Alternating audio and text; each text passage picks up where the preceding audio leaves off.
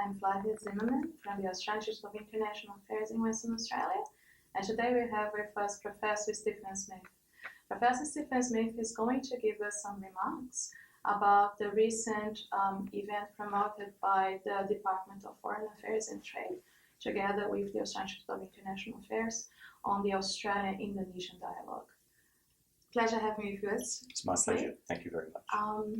Our first question would be, could you please explain how the Indonesian-Australian relationship has bounced back from recent diplomatic tensions to the current affairs of dialogue and negotiations? Well, I think the reason that the Australia-Indonesia relationship bounces back reasonably quickly from any of the difficulties that we've seen in the past, whether that's executions, whether that's allegations of espionage or spying, it bounces back because the fundamentals are very strong.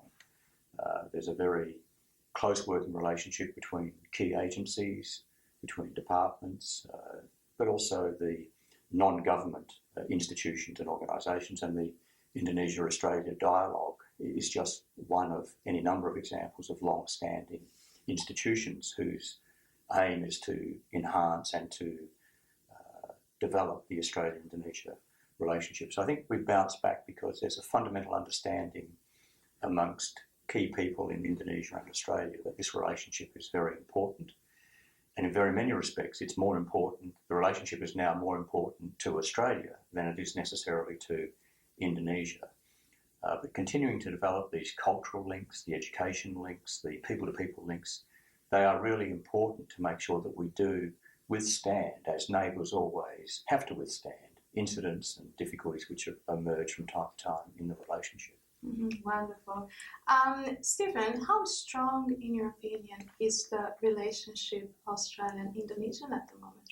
Well, I think it's very strong. Indeed, I think in very many respects it's the strongest it's been. Too many people focus on the difficulties and the particular incidences that we have. Not enough people, including Australians in particular, not enough people focus on the things that we do together, the ongoing strength of the relationship, how important we are one to the other, both in a geographic, geostrategic sense, in an economic sense. So I think always with Australia-Indonesia relationship, you're always better off looking to the future rather than dwelling on the difficulties of the past. Incidents occur, we deal with them, we move on, and that's been seen most recently with the recent difficulties related to allegations of spying, but also the executions where Australia and Indonesia have a different point of view.